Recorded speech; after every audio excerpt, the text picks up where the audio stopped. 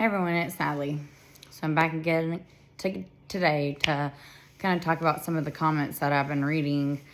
And it has a lot to do with mama boys and how the spouse or the boyfriend is just not listening to his girlfriend or wife. And I really, especially if this is your boyfriend, I hate to tell you this, but you've got to get rid of him. The way that you're living your life right now is going to get worse. And so if you're living, and trust me when I tell you this, all the women that are on my channel that are married to these men have suffered for decades. And so if you find yourself in your early 20s, okay, and you know specifically who I'm talking to, actually a couple of y'all, and you are dealing with a future mother-in-law who is treating you the way she is treating you now, you need to go ahead and end that relationship, because there is no amount of love that could ever replace you being abused. Because I'm going to tell you the truth, that if I had known that I was going to go through what I have went through in these 23 years, I don't think I would have married the man that I'm with today, even though he is the love of my life. The things that you are going to have to go through to fight for your love actually ends up breaking your love. And then you find yourself, because you have fought so hard to prove this mother-in-law wrong about you, that the love that you once had for your spouse or for your boyfriend is no longer there. And then you have to dig deep within yourself to restart that love, or to try to find that love that you once had at the beginning of your relationship. And so when I read comments about these 20-year-olds, 25-year-olds, whatever, dealing with their boyfriend's mother treating them poorly, I can tell you right now that it is not going to get better, and that it is only going to get worse with time. And if there was a way that you could talk to all the women that are in this group of mine, they would tell you the same thing. Run for the hills. I don't care how much you love this guy. I don't care that you have feelings that you've never felt before, because those feelings that you have right now, anybody that's been married over 10 years, those feelings fade. Those butterflies that constantly having sex, constantly wanting each other, constantly kissing each other, holding hands, all this stuff, that fades over time. So just because right now you have those butterflies, you think he's your Prince Charming, you think this is going to last forever, I just have an evil witch mother-in-law or future mother-in-law, everything's going to get better. No, it's not. It's not. All that you're feeling right now fades. And it mainly fades not because you want it to fade, but because the mother-in-law has an agenda and she makes it fade. She wants those feelings of love and peace and tranquility that you have with her son to diminish. And so what they do is they do things to make sure that those feelings that you have for each other will quickly diminish. And so when I hear these 20-year-olds saying, well, I love him so much, but his mother is just, at first she was so nice to me, and now that she sees that we're serious, her whole attitude towards me has changed. If you think the way she's treating you now is bad, you just wait 5, 10 years. Wait for the date of your marriage. Wait for that proposal. Because everything that you think is bad now gets 10 times worse along the way. And you eventually will find out that because your boyfriend has normalized their mother's behavior, you find out that no matter how much you tell your boyfriend what's going on, he doesn't believe you. he doesn't believe you. And he will always, because he's a mama's boy, will always stand up for his mom and will always choose his mother's side before yours. Now, there are men out there who, especially scapegoats, not all, but scapegoats and forgotten children, do see it. But even though they see it, they are trained and disciplined to be their mother's savior. And so if you think that you're going to be able to change that man that is dedicated to his mother before you're even married, you're wrong. And when you do get married, what happens, and especially after you have children, things ramp up. Because right now, you're not married to this person, and the mother-in-law, or your boyfriend is allowing these things to happen and is not listening to what you have to say about the way their mother is treating you, what happens after you get married is the same thing. They don't listen.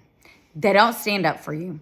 And it takes years, decades, if you're lucky enough, decades for your partner to actually wake up to the truth of what's really going on between his mother and you. See, you have to understand that you entered into this family and the mother had already had a planned agenda against you long before her son met you. Like I always say to everyone, it doesn't matter if it's Betty Sue down the road, if it's Karen, if it's Kathy, it doesn't matter. She had a set prerogative, a set agenda towards the person that their child was going to choose as a partner, girlfriend, lifelong partner, wife, whatever it is. She already had this planned. This is why when you first meet her, and the son, what does the son say? Oh, you're just going to love my mother. My mother is just so great. Y'all are going to get along so well. You'll just love her. But what happens? You meet the mother, and what's the first thing she does? She's so nice to you. She's welcoming. She cooks you dinner. She invites you to go out with her, to go get her nails done, to get your hair done. She wants to spend time with you. And during those times, what does she do? And tell me I'm lying. She starts asking you about your life. She starts asking you personal questions about your traumas, about your family, how you grew up, if you have a good relationship with your parents, if you have a bad relationship with your parents, where you work, do you plan on going to college? Do you have a college degree? What's the expectations that you have for her son? Are you going to help her son pay bills? Are you going to do this? Are you going to do that? She starts asking all these questions, and the number one question that she really wants to know is your traumas. The other question she wants to know is how you grew up, how your parents are. She wants to know how you grew up your whole life not because she cares, okay? You see, don't get it mistaken. You think the reason why she's asking you these questions is to get to know you because she likes you. And she's asking you traumas that have happened in your life because she puts on a front that she feels bad for you, that she has sorrow for you, and that she, that she has a heartfelt feeling towards you because you've been through these traumas, and she is so appreciative that you shared those traumas with her. Because what people do to get to know each other is we share life experiences. We share traumas. We share how we grew up. We share things about our family. We share things about our life experience. That's what people do to get to know each other, to be friends with each other, to get close to one another. And so you get tricked into believing that your future mother-in-law or your boyfriend's mother is doing this because she's trying to build a relationship with you. But the truth is, she's taking this information to use against you later. So when you're not around and her son and her are together by themselves and you're nowhere to be seen, she goes and blabs her mouth about everything that you have said to her son. And everything that you've told her, especially the traumas and especially how you grew up, she finds faults in those. And so she twists the things that you shared with her to get to know her on a personal level because you've been tricked. She turns around and tells her son that the things that you have told her are the reasons why you are no good for him. And it could be vice versa. It could be like, it could be the father is telling the daughter, or vice versa. It doesn't always have to be that it's the girlfriend or the and the parent's son. It could be vice versa. It could be the daughter and the father, or the mother and the boyfriend. But my point being is,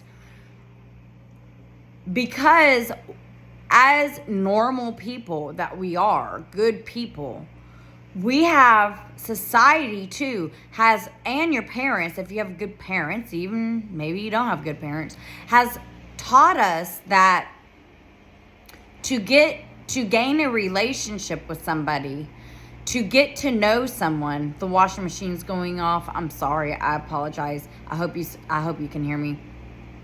We are conditioned to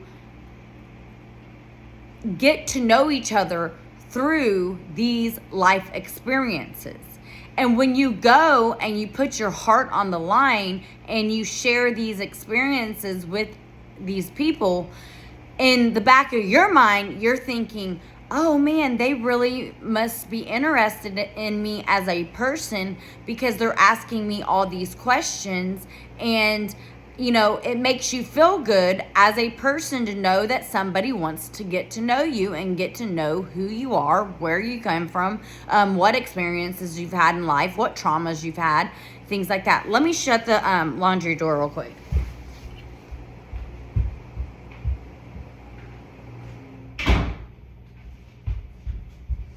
And so, I apologize.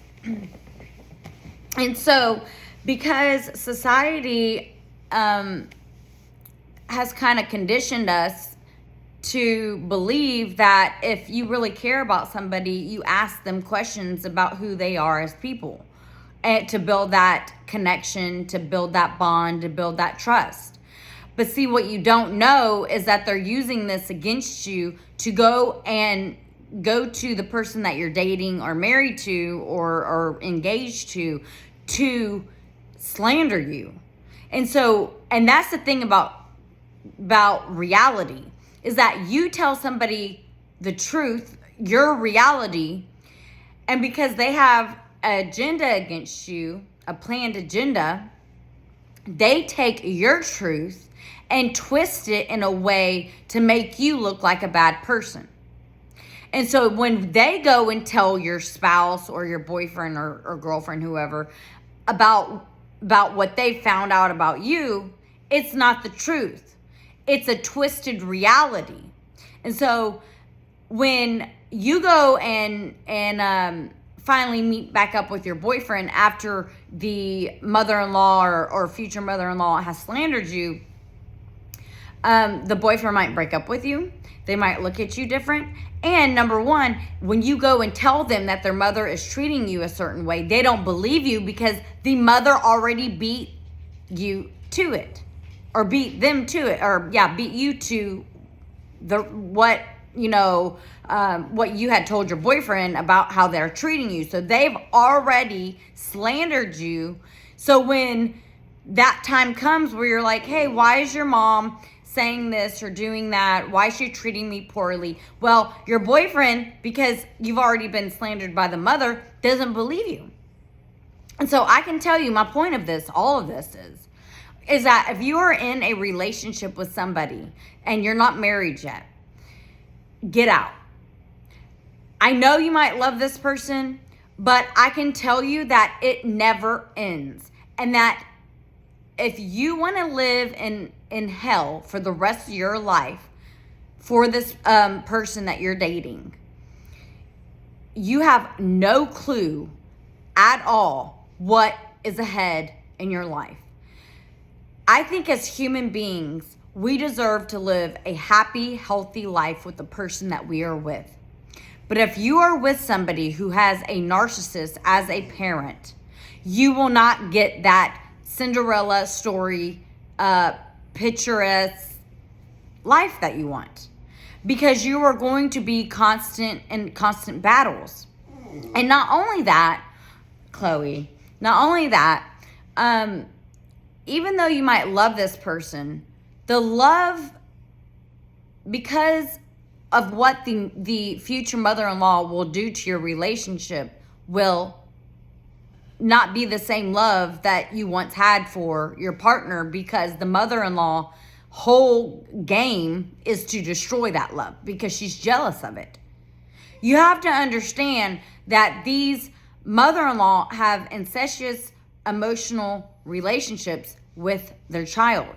And so when the child starts to pay more attention and spend more time with you, the mother of the person you're dating gets very angry and very jealous of the relationship you have with her child, because in their sick mind, the only admiration, the only affection, the only love that their child should be showing any woman is to the mother, okay?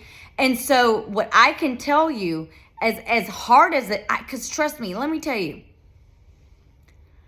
I love my husband so much, okay? He's my first boyfriend. I lost my virginity to him, my first kiss, everything, okay? I've been with him since I was 15 years old. And I thought after 23 years, guys, I thought after 23 years, or is it 24? I don't know when it was. But I can tell you, after over 2 decades of being with him, I thought I would eventually convince my mother-in-law to treat me fair and to love me as a daughter and to quit. You got a treat, now quit. This dog, all she ever wants is treats.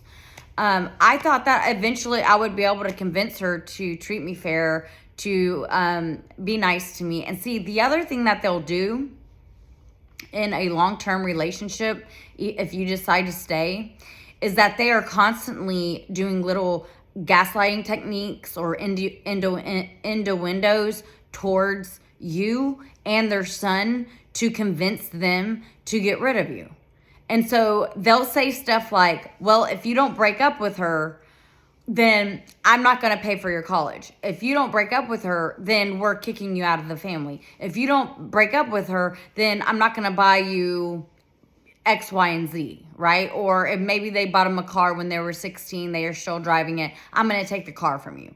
If you stay with this girl, I'm not going to put you in my inheritance. That's what they do. Or they'll also say stuff like,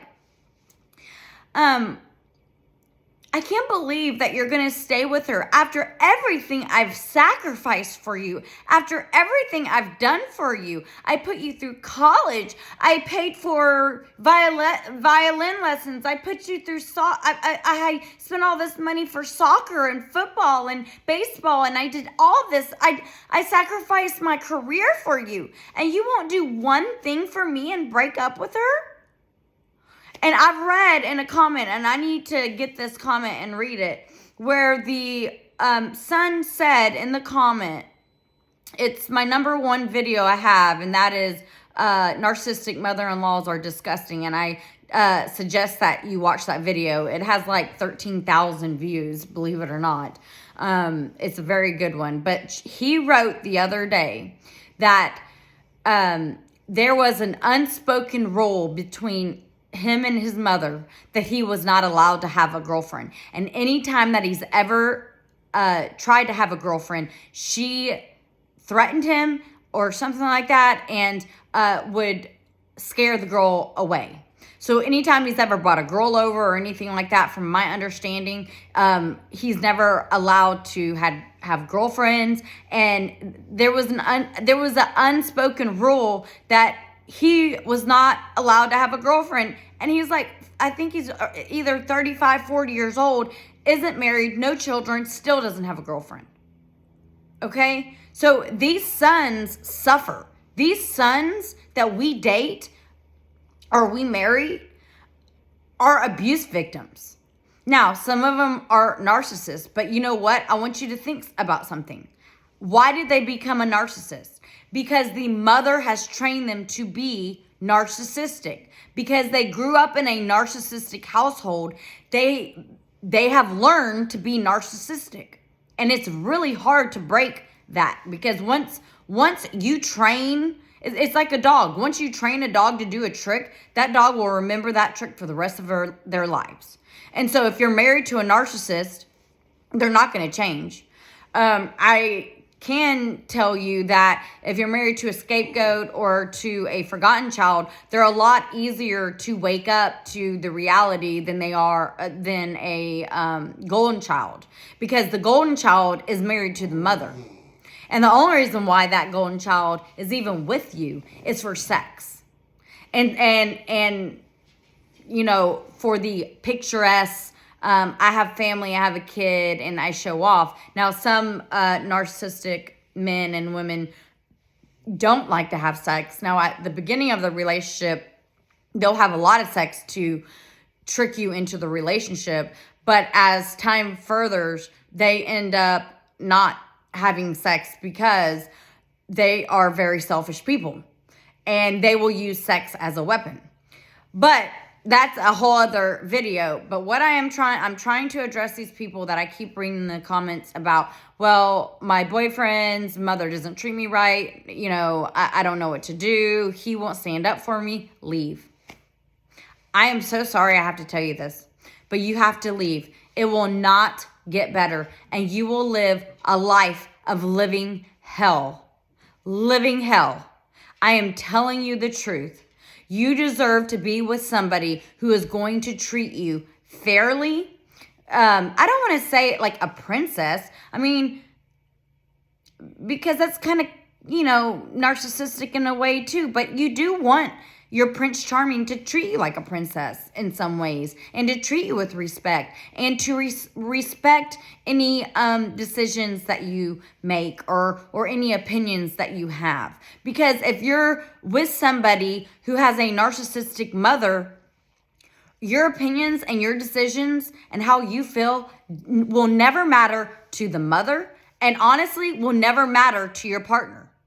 The partner might say that your opinions and decisions and feelings matter, but what happens is they go back and talk to their mom, and their mom convinces them to not care about your decisions or opinions. And so this is to the few people that have left messages saying, hey, I am dating somebody who has a narcissistic mother.